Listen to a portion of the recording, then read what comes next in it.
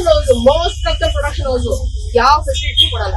ಕೇಳಿದ್ರೆ ಇದೇ ನಾವು ಕೊಡೋದು ಊಟ, ಬೇಕಾದ್ರೆ ನಿಮ್ಮ ಮನೆಯಿಂದ ತಗೊಂಡ್ ಬಂತೀನಿ ಅಂತಾರೆ. ಎಲ್ಲ ಮೋಸ್ಟ್ ಆಫ್ ದ ಆರ್ಟಿಸ್ಟ್ ನಾವು ವಾಟರ್ ಬಾಟಲ್ ಇಂದ ನಾನು ಫ್ರೂಟ್ ಕೊಡ್ತೀನಿ, ನೀರ್ ತಗೊಂಡೋಗ್ತೀನಿ.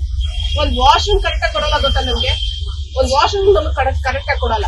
ಇಲ್ಲ ನಮ್ಮ ಹೆಲ್ತ್ ಇಶ್ಯೂಸ್ ಆದ್ರೂ ಬಂದು ನಾವು ಕೆಲಸ ಮಾಡ್ಕೊಡ್ಬೇಕು. ಒಂದ್ ವಾಶ್ರೂಮ್ ಕರೆಕ್ಟ್ ಆಗಿ ಕೊಡೋದಿಲ್ಲ.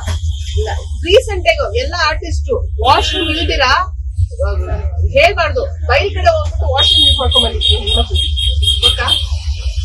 ಈ ತರ ಪರಿಸ್ಥಿತಿಯಲ್ಲಿ ನಾವು ಕೆಲಸ ಮಾಡ್ತಾ ಇದೀವಿ.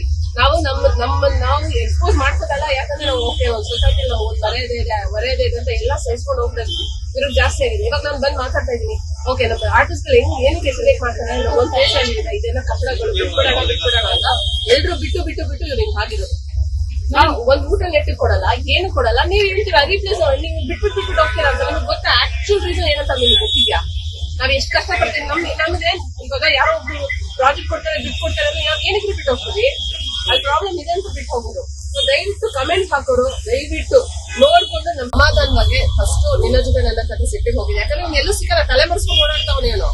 ಅದಕ್ಕೆ ನಾವು ಸೆಟ್ಟಿಗೆ ಹೋಗ್ಬಿಟ್ಟು ಸೈಡ್ ಟೇಬಲ್ ಹಾಕೊಂಡೆ ಕೇಳಿದ್ವಿ, ಸರ್ ನೀವು ಯಾವಾಗ ಪೇಮೆಂಟ್ ಕೊಡ್ತಾರೆ? ಸರ್ ಅಂತಾನೆ ಯೂಸ್ ಮಾಡಿದೀನಿ. ನಮ್ಮ ಹತ್ರ ಆಡಿಯೋ ರೆಕಾರ್ಡ್ಸ್ ನಾವು ಮಾತಾಡೋದು ಎಲ್ಲ ಇದೆ.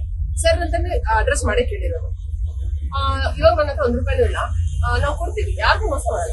ಯಾವಾಗ ಕೊಡ್ತೀಯ ಗುರು? ಪೋಸ್ಟರ್ ಚೆಕ್ ಕೊಡ್ತೀಯಾ? ಇಲ್ಲ. ಚಾನೆಲ್ಗೆ ಒಂದ್ ಮೇಲ್ ಹಾಕ್ತೀಯಾ? ಇಲ್ಲ.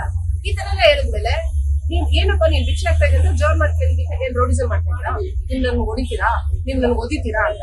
ಈಗ ನಾನು ಒಂದ್ ಪ್ರಶ್ನೆ ಕೇಳ್ತೀನಿ, ನಿಮ್ಗೆ ಯಾರಾದ್ರೂ ದುಡ್ಡು ಕೊಡ್ಬೇಕಾಗಿದ್ರೆ ನೀವು ಕೇಳಿ ಸಾಕಾದ್ಮೇಲೆ ಹೊಡಿತೀರೋ ಓದಿತೀರೋ ಏನ್ ಮಾಡ್ತೀರಾ? ಹೇಳ್ತೀವಿ. ಏನ್ ಮಾಡ್ಬೇಕಿಂತವನ್ನ?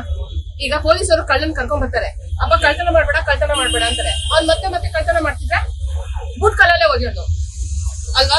ಹಂಗೆ ಇವ್ನು ಓದಿಲೇಬೇಕು. ಯಾಕೆ ಗೊತ್ತಾ? ನಾನು ಇವತ್ತು ಮಾತಾಡ್ತಾ ಇದ್ದೀನಿ, ಇವತ್ತು ನನಗೆ ದುಡ್ಡು ಬರುತ್ತಾ ಮುಂದಕ್ಕೆ ನನಗೆ ಗೊತ್ತಿಲ್ಲ. ಓಕೆ, ನಾನು ಲೀಗಲ್ ಆಗಿ ಹೋಗ್ತೀನಿ, ಕೇಸ್ ಹಾಕ್ತೀನಿ. I don't know what is the consequences. But ಇಂಥ ಪ್ರೊಡ್ಯೂಸರ್ಗಳು ಎಕ್ಸ್ಪೋಸ್ ಆಗ್ಬೇಕು ಅಂತ ನಾನು ಬಂದಿರೋದು. ನಾನು ಎಲ್ಲ ಆರ್ಟಿಸ್ಟ್ ಪರವಾಗಿ ನಾನು ವಾಯ್ಸ್ ಆಗಿ ಮಾತಾಡ್ತಾ ಇದ್ದೀನಿ. ತುಂಬಾ ಜನ ಪ್ರೊಡ್ಯೂಸರ್ ನೋಡಿ, ಯೂನಿಟ್ ಅವರೆಲ್ಲ ಯಾರಿಗೂ ಆಗಿಲ್ಲ ಪೇಮೆಂಟ್.